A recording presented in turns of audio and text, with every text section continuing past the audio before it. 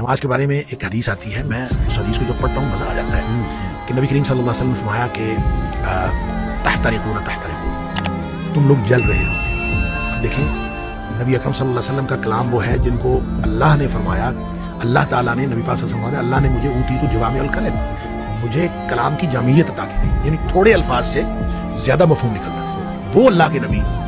دہرا رہے ہیں تحترقون تحترقون، تم جل رہے ہو، تم جل رہے ہو، گویا گناہوں کی مٹی میں جل رہے ہو۔ حتی اذا صلیتم الفجر،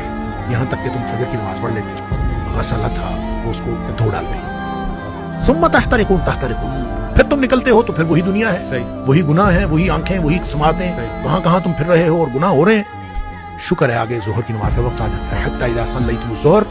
غسلتھا، تم ظہر کی نماز پڑھتے ہو اس کو دھو ڈالتے ہیں۔ یہاں اسی طرح نبی پاک صلی اللہ علیہ وسلم نے پانچوں نمازوں کا ذکر کیا، ثم تحترقون تحترقون، پھر تم گناہوں کی مٹی میں جل رہے ہوتے ہو، آگے نماز آ جاتی ہے، غسلتھا، اس کو دھو ڈالتے ہیں۔ لیکن جب عشاء کی نماز کی بات کی نا تو آپ نے فرمایا کہ حتی اذا صلیتم العشاء غسلتھا، وہ اس کو دھو ڈالتی ہے۔ اس کے بعد آپ نے ثم تحترقون نہیں فرمایا، آپ نے فرمایا تو ثم تنامون، پھر تم سو جاتے ہو، پھر تم سو جاتے ہو، پھر تم سو جاتے ہو، فرمایا پھر کچھ نہیں لکھا جاتا،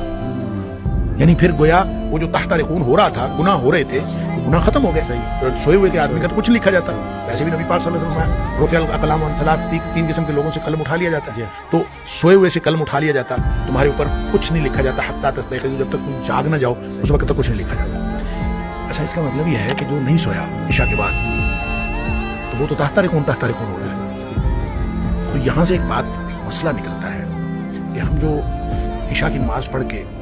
جاگتے رہتے ہیں اور 11-12 بجے تک جاگتے رہتے ہیں، وہ ہم گناہوں کو سمیٹتے رہتے ہیں اور غسلتھا کیے بغیر سو جاتے ہیں، یہ اتنا بڑا رسک لیتے ہیں۔ اس لیے نبی پاک صلی اللہ علیہ وسلم نے حضرت ابو ہریرہ رضی اللہ تعالیٰ عنہ کو فرمایا تھا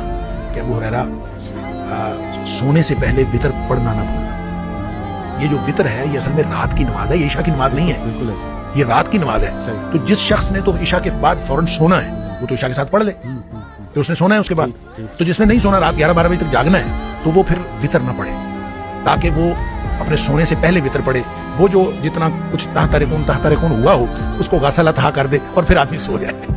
تو یہ پیوریفیکیشن کا نظام، ایک تطہیر کا عمل ہے، اور یہ اللہ تعالیٰ نے سسٹم بنا دیا ہے، اور اسی سسٹم کے تحت ہے کہ بڑے گناہوں سے تم بچ جاؤ، چھوٹے اللہ تعالیٰ ویسے معاف کر دیں۔ اسی لیے نبی پاک صلی اللہ علیہ وسلم نے جو فرمایا نا، ان احب الاعمال ادومها وان قل، اللہ کو بہترین جو عمل پسند ہے وہ ہیں جو ہمیشہ کیے جائیں، چاہے تھوڑے ہوں، تھوڑا تھوڑا عمل معمول کا حصہ ہو، آپ کریں، ہمیشہ کریں، تھوڑا عمل ہو جیسا بھی وہ اللہ کو پسند ہے۔ لہذا